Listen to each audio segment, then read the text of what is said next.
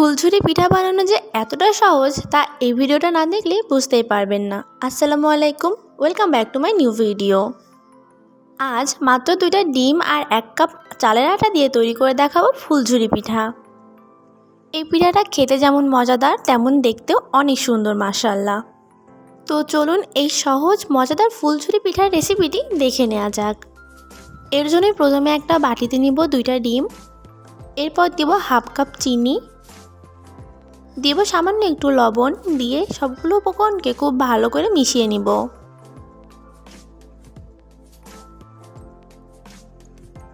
চিনিটাকে গলে যাওয়া পর্যন্ত খুব ভালো করে মিশিয়ে নিতে হবে। এখন একটা ছাঁকনির উপর দিব 1 কাপ চালের গুঁড়া, হাফ কাপ ময়দা আর 2 টেবিল চামচ গুঁড়া দুধ। এখন এই সবগুলো শুকনো উপকরণকে ছাঁকনির সাহায্যে ছেঁকে এর মধ্যে দিয়ে দিতে হবে।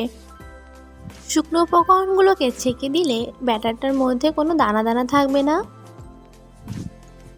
আর আমি এখানে ভেজা চালের গুঁড়াটা ব্যবহার করেছি, আপনারা চাইলে শুকনো চালের গুঁড়াটাও ব্যবহার করতে পারেন। এখন অল্প অল্প পানি দিয়ে একটা পাতলা ব্যাটার তৈরি করে নিব। তবে এই ফুলঝুরি পিঠাটা সম্পূর্ণ নির্ভর করে এই ব্যাটারের উপরে। ব্যাটারটা খুব সাবধানতার সঙ্গে অল্প অল্প পানি দিয়ে ব্যাটারটা তৈরি করে নিতে হবে। আমার ব্যাটারটা প্রায় তৈরি হয়ে গেছে। এখন 5 মিনিটের জন্য এটাকে রেস্টে রেখে দিব।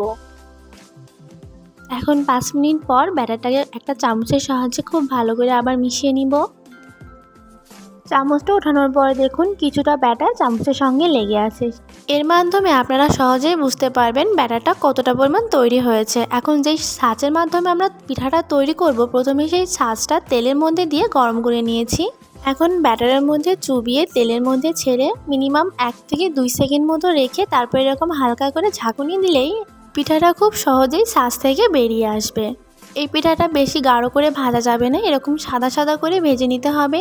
ভেজে রেখে দিলে কালারটা গাঢ় হয়ে যাবে। একটা পিঠা তৈরি করার পরে ছাঁচটা আবারও তেলের মধ্যে দিয়ে গরম করে নিতে হবে এবং ব্যাটারের মধ্যে দিয়ে আবারও এরকম তেলের মধ্যে দিতে হবে। এইভাবে বাকি সবগুলো ফুলঝুরি পিঠা তৈরি করে নিয়েছি। আর এই পিঠা তৈরি করা দেখতেই পেলেন কতটা সহজ। আর এই পিঠাটা একবার তৈরি করে আপনারা প্রায় 1 মাস মতো একটা বয়ামে করে সংরক্ষণ করতে পারেন।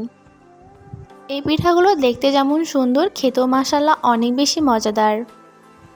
আশা করি আমার আজকের এই ভিডিওটি আপনাদের কাছে ভালো লেগেছে। দেখা হবে নতুন আরেকটি ভিডিওতে। আল্লাহ হাফেজ।